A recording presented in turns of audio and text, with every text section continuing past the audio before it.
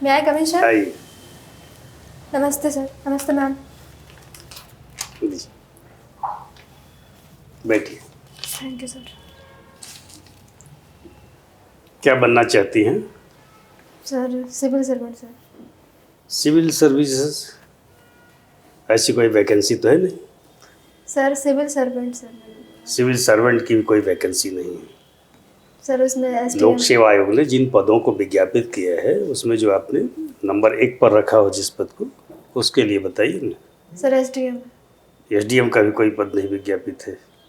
Sir deputy collector है। हाँ, यही बोलना चाहिए आपको। Sorry sir. डिप्टी कलेक्टर बनना चाहती हैं? Yes sir. ठीक है, बताइए, अंतर पता है क्या डिप्टी कलेक्टर और SDM में? सर कलेक्टर के पास जैसा कि मुझे पता है कि उसमें सर रेवेन्यू या लैंड रेवेन्यू रिलेटेड जैसे वो पावर होती है सर, और मजिस्ट्रेट में सर जुडिशियल रिलेटेड पावर होती होगी सर। अच्छा, आप क्यों बनना चाहते हैं डिप्टी कलेक्टर? आपने पढ़ाई लिखाई तो साइंस में किया है। Yes sir. जूलॉजी आपने ठीक से पढ़ा, मेरे ख्याल से MSc जूलॉजी है आप। Yes sir. हाँ, क्यों बनना चाहते हैं डिप्टी कलेक्टर?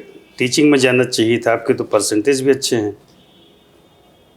सर मुझे लगता है कि ये सर्विस मुझे diversity in job opportunities provide करती है, और सर मैं यहाँ पे एक बृहद स्तर पे सर मैं काम कर सकती हूँ, इसलिए मैं सर ये जॉब चूज करती हूँ। बृहद स्तर पर काम करने का ये स्पष्ट नहीं हुआ।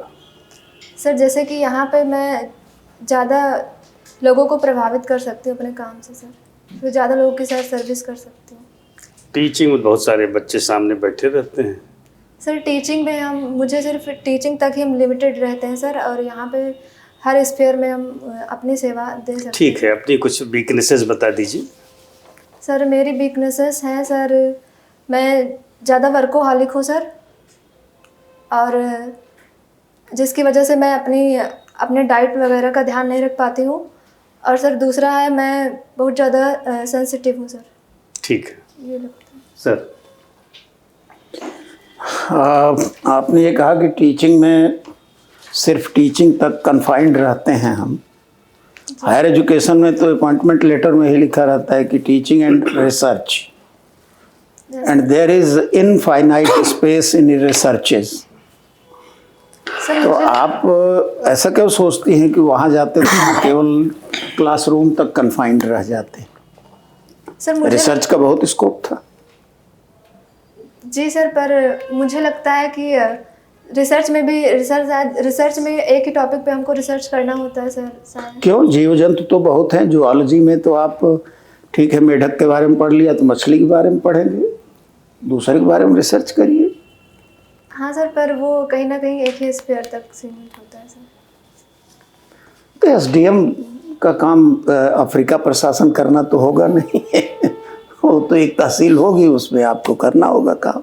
हाँ सर, पर यहाँ पे जैसे कि हर स्ट्रीम के लोगों से सर हमारा कांटेक्ट होता है सर, और हर स्फीयर में हम अपना योगदान दे सकते हैं। नहीं सर, आप समझ नहीं रहे हैं। आप ये तो समझिए, अगर वो डिप्टी कलेक्टर पर रिक्रूट होती है तो सिचुएशन दूसरी होगी। अगर वो टीचिंग में आती है तो महीने की लास्ट में बस एक बार सैलरी क्रेडिट होगी। अब डिप्टी कलेक्टर में तो ऐसा नहीं होगा। Sorry ma'am. हाँ, अगर आपने टीचिंग प्रोफेशन चूज़ किया है तो आपके पास महीने में एक बार सैलरी क्रेडिट होगी अकाउंट में महीने की लास्ट डेट को। डिप्टी कलेक्टर के साथ तो मुझे लगता है ऐसा नहीं होता है सर।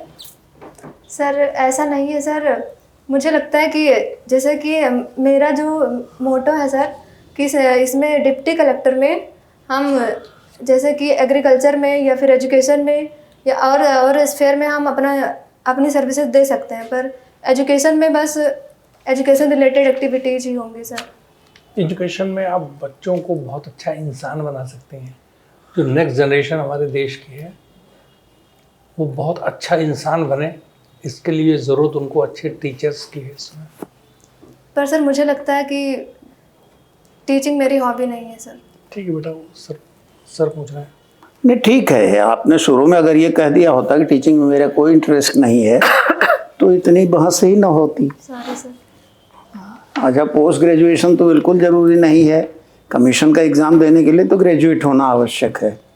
तो आपने पोस्ट ग्रेजुएशन करके 2 साल का समय बर्बाद किया, और जिस संस्थान में आपने पढ़ा उस संस्थान के तमाम रिसोर्सेज आपने, और एक बच्चे का जो आपकी जगह एडमिशन पा सकता था उसकी सीट ले लिया आपने, तो वेस्टेज भी कहीं न कहीं हुआ ना। सर इसको मैं वेस्टेज नहीं कहूँगी सर, क्योंकि मैं इसका यूटिलाइजेशन अपने सर्विसेज में अच्छे तरीके से कर सकती हूँ। जैसे कि तो हमको केवल ये समझाइए बस 2-3 लाइन में कि रेवेन्यू कलेक्शन में या डिप्टी कलेक्टर में की सर्विस में जूलॉजी का क्या योगदान है? सर कहीं ना कहीं एनिमल बिहेवियर को अच्छे तरीके से समझ सकते हैं सर, और सर डेवलपमेंट जो भी होगा सर वो इको फ्रेंडली करने में योगदान दे सकता है सर जूलॉजी से। अच्छा बेटा बताओ, आपने तो साइंस से पढ़ा इसलिए आपसे पूछेंगे हम। जी सर। ये आजकल पोल्यूशन को लेके बहुत हंगामा चल रहा है कि AQI दिल्ली में 700 के ऊपर हो गया, लखनऊ में 500 के ऊपर हो गया। AQI समझती क्या होता है? सर एयर क्वालिटी इंडेक्स है बेटे? Air quality index. तो आप बताइए, अगर आप SDM हो गए तो अपने इलाके में इस पोल्यूशन को कम करने के लिए क्या क्या आप प्रिवेंटिव एक्शन लेंगे, स्टेप्स क्या लेंगे? सर जैसे कि स्टेबल बर्निंग है सर, स्टेबल बर्निंग सर, उस पर प्रिवेंशन लगाएंगे सर, मतलब कि स्टेबल बर्निंग नहीं होनी चाहिए। और दूसरा जो पॉल्यूटिंग व्हीकल है सर, जो पॉल्यूटिंग व्हीकल है सर, जो पॉल्यूटिंग व्हीकल है उन पे उनका यूज ना करें सर। और क्वालिटी ऑफ व्हीकल यूज ना करें, जो पॉल्यूटिंग व्हीकल होते हैं मतलब कि जो एयर क्वालिटी को मैच नहीं करते सर, उनका यूटिलाइजेशन बैन कर देना चाहिए सर। तो आप बॉटनी के स्टूडेंट भी रही ना, आपने बॉटनी भी पढ़ी होगी। जी सर। तो आप बताइए कुछ प्लांट्स ऐसे हैं जो एयर प्योरीफायर हैं? सारे सर अभी नहीं याद है अभी सर, मैं नहीं रिकॉल कर पा रही हूँ सर। बेटा आप, ये आपका कौन सा प्रयास है? सर मैम ये मेरा पहला प्रयास है। पहला प्रयास, अगर नहीं हुआ तो मैम मैं फिर से प्रयास करूँगी। ठीक है। नहीं, हमारा कहने का मतलब ये नहीं बेटा, हम आपको ब्लेस कर रहे हैं कि आपको ज़रूर हो जाए। पता एक हाइपोथेटिकल सिचुएशन मैडम ने दी आपको, एक हाइपोथेटिकल सिचुएशन थी बेटा, लेकिन उसका मतलब बिल्कुल नहीं है कि ईश्वर करेगा आपको ज़रूर होगा। शुभकामना हम सबकी। Thank you sir. सर तो मैं दोबारा से प्रयास करूँगी और दोबारा से दूँगी। अच्छा ठीक है, ये बताइए आपकी हॉबीज़ क्या क्या है? मैम मेरी हॉबीज़ है जॉगिंग करना और टीचिंग। जॉगिंग और रनिंग में क्या डिफरेंस है? सर ये मैम जॉगिंग रनिंग का ही स्लोअर वर्जन है। गुड, ठीक है। अच्छा ये बताइए, एक जिम करना होता है, जिम जाना जी है ना, और एक होता है आप अपने घर पे या बाहर कहीं जाके योगा आपने ज्वाइन किया है, जी। दोनों में क्या डिफरेंस है? बेसिक डिफरेंस क्या है जिम में जाना और योगा करना? मैम जैसा कि मुझे पता है जो जिम है वो इंडोर एक्सरसाइजेज में आता है सर मैम, और लेकिन अब तो आउटडोर भी हैं, देखिए प्रयागराज में बहुत सारे बने हुए हैं जगह जगह पे। उसमें मैम एक ही जगह पे सारे इक्विपमेंट होते हैं और इक्विपमेंट का यूज करके हम ये करते हैं। और योगा में शायद योगा का मुझे नहीं पता। अच्छा योगा या फिर योग? मैम इंग्लिश में उसको योगा बोलते हैं और हिंदी में योग? हिंदी में उसका योग। और कुछ इसमें जोड़ना चाहेंगे? या रामा? सर रामा दोनों से। दोनों, भगवान राम को रामा भी कहेंगे हम लोग? नहीं, इसमें आपको कोई डिफरेंस समझ में आ रहा है? योग और योगा, इसमें जो आपने रिप्लाई दिया है इसमें कुछ और ऐड करना चाहेंगे? सॉरी मैम, और मुझे अभी नहीं याद आ करते हैं सर। न्यूज़पेपर कौन सा पढ़ते हैं आप? एक्चुअली मैं अभी ट्रेनिंग कर रही हूँ सर कांस्टेबल की, तो मुझे टाइम नहीं मिल पा रहा अच्छा, है। कांस्टेबल की ट्रेनिंग कर रही हैं? Yes sir. गुड। तो फर्स्ट प्रेफरेंस आपका क्या है, डिप्टी कलेक्टर की deputy SP? Sir deputy collector है सर। क्यों डिप्टी एसपी होना चाहिए था, कांस्टेबल आप हैं? सर क्योंकि वो मेरी फर्स्ट चॉइस थी पहले से ही सर, पर घर की कुछ परिस्थितियाँ थी जिसकी वजह से मुझे जॉब फाइनेंशियल स्टेबिलिटी के लिए मुझे कांस्टेबल। ठीक है, पुलिस विभाग में आप हैं इस समय, तो आप बहुत नज़दीक से देख रही होंगी ना कि डिप्टी एसपी की पावर।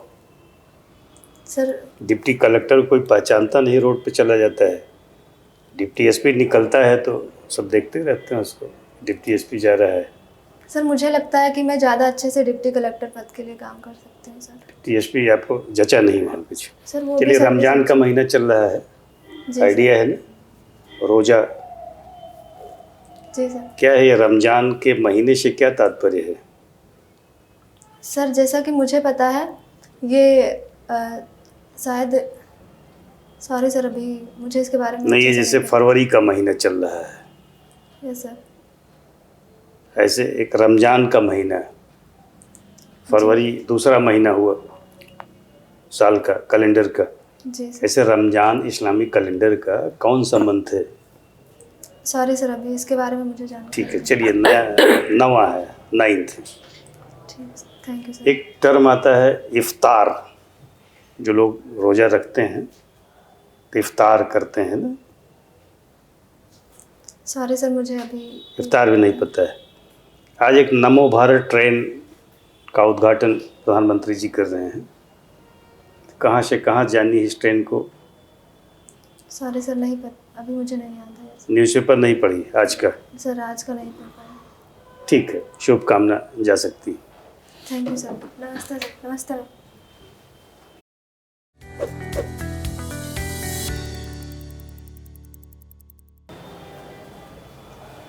बेटे एक चीज ध्यान रखिएगा, जी sir. Unless asked don't sit. जब तक ना कहा जाए तब तक नहीं बैठिएगा। वैसे तो कुर्सी आपके बैठने के लिए रखी गई, लेकिन थोड़ा सा रहता ना कि वो उन्होंने कहा कहने से पहले बैठ गए। ठीक है बेटे, जब वहाँ से इंटरव्यू होगा तो पूछती हो ना, मैं आई कम इन सर? यस नहीं सर। पूछती? तुरंत इशारा करते हैं वो बैठिए। हाँ, पूछना है, फिर 2-3 कदम चल करके आना है, तो पूरे बोर्ड को एक बार में अभिवादन करना है, सबको अलग अलग नहीं करना है। ठीक है कोई लेडी मेंबर है तो उनको अलग से कर लीजिए, ठीक है? सॉरी। हाँ, और उसके बाद फिर बैठने के लिए कहा जाए, थैंक यू बोल कर जब बैठने के लिए कहा जाए थैंक यू सर। ये जो सिटिंग पोस्चर, और सीधे बैठो पूरी चेयर में सीधे। हाँ, ये थोड़ा ज़्यादा ठीक है, और हाथ पहले घुटने से और आगे था, अब ठीक है, और थोड़ा सीधा बैठो। हाँ, ये ज़्यादा ठीक लग रहा है, ये सिटिंग पोस्चर ठीक कर लो। और ये चेहरे पर जो थोड़ा सा ये तनाव बेटा रहता है ना, मतलब तनाव दबाव ये सब नहीं, उससे फ़र्क नहीं पड़ता है। ये तनाव में रहोगी तो कम अंक मिलेंगे। खुश रहो चेहरे पर। हाँ, अब जैसे ठीक लग रही है, ठीक है सर। और ऊर्जावान दिखो। और आई कांटेक्ट, जैसे हमने 2-3 बार ये ऑब्जर्व किया है कि सर सवाल पूछ रहे हैं तो जवाब तो दे रही हो, और सर की तरफ भी नहीं देख रही हो, थोड़ा नीचे की तरफ देख रही हो। तो जिससे बातचीत हो उसकी तरफ देखना है, और अगर लंबा उत्तर चलता है तो एक बार अन्य सदस्यों की तरफ भी नज़र घुमा लेना है ये। और दूसरी बात, कॉन्फिडेंस की कमी थी, नर्वस थी क्या? डर लग रहा था? तो डर क्यों लगता है? नर्वस होना ही नहीं चाहिए। देखो, इसलिए नहीं होना चाहिए कि सिलेक्शन तुम्हारा डिपेंड करेगा 1500 में कितना नंबर पाई हो, सारा दारोमदार उसी पर है। जी सर। ये इंटरव्यू तो 100 नंबर का है, इसमें 60 नंबर के आसपास मिलेगा ही तुम्हें। ऐसे आई जो बातें कही जा रही, इस पर ध्यान दोगी, इन बिंदुओं पर, तो और अच्छा 65 नंबर पा जाओगी, 70 नंबर पा जाओगी। जी सर।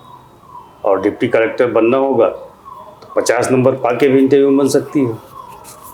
तो इंटरव्यू को लेकर के अगर 2-3-4 प्रॉब्लम सारी बोलना पड़े, नहीं आता होता तो घबराना नहीं, वहाँ बैठ के रिजल्ट नहीं बनाना है, गिल्ट नहीं पालना है, तो इंटरव्यू में अच्छा नंबर मिलेगा। इन सारे बिंदुओं पर ध्यान दो। आज का, कल का, परसों सुबह जाने से पहले न्यूज़पेपर एक बार देख लेना, जा करके आराम से इंटरव्यू दो, बिना किसी दबाव और दबाव के। सर एक्चुअली मैं करंट अफेयर्स पढ़ नहीं पाई हूँ क्योंकि ट्रेनिंग में इतना बेटे आपको कुछ नहीं पढ़ना है, बात केवल नहीं आपको बेटा। हेडलाइंस देख लीजिए, क्या क्या कोई इंपॉर्टेंट न्यूज़ लगे तो उसको 4-6 लाइन पढ़ लीजिएगा। नहीं आएगा तो सारी बोल देना, सीधी सी बात है, सारी बोलना ही उत्तर देने जैसा होता है ना? ठीक है सर। ठीक है। सर मैं 1 मिनट, हाँ। पहला प्रयास है जी मैम। है ना?